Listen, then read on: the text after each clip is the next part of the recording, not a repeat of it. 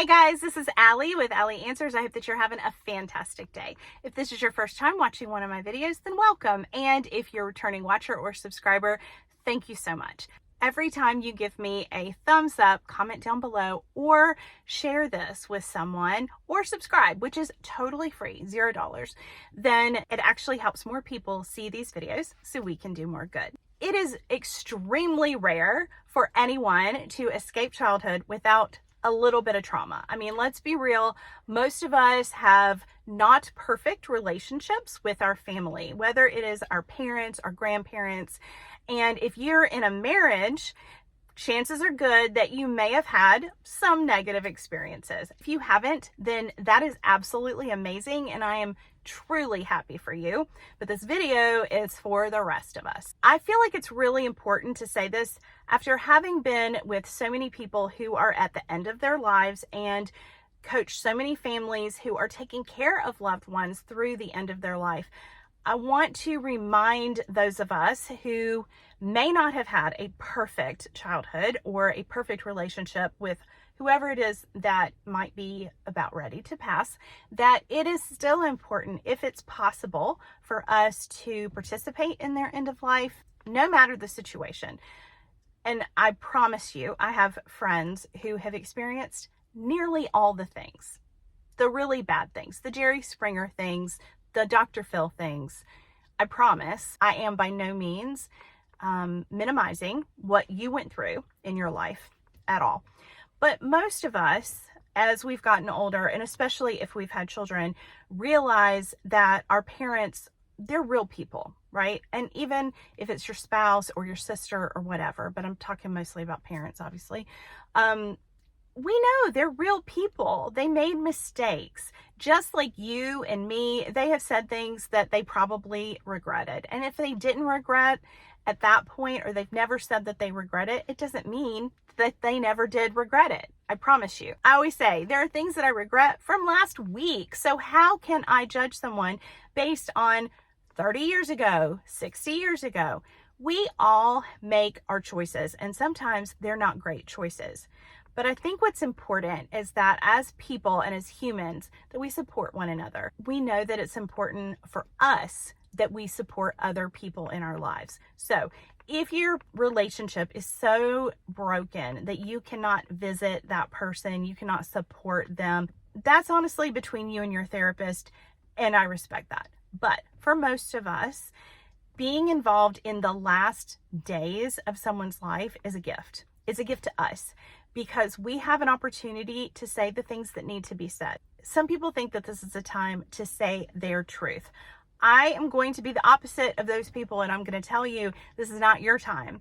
Your time to say your truth is about you. It's when you're sick or you're dealing with a diagnosis. Maybe you're writing your memoirs. Maybe you need to deal with your stuff. That's fine. But when someone else is dying, it's about them. It truly is, in my opinion, about them. But it's also about the people who are caring for them. So maybe, let's say you had a very strained relationship with your grandfather and you don't feel comfortable visiting him now that he is at death's door. How about supporting his wife? How about supporting his daughter or his sons, the people who are there for him right now and they're having a hard time? Sometimes we have to do the hard thing, be the people that we wish our loved ones were. We have to do the thing that we don't want to do.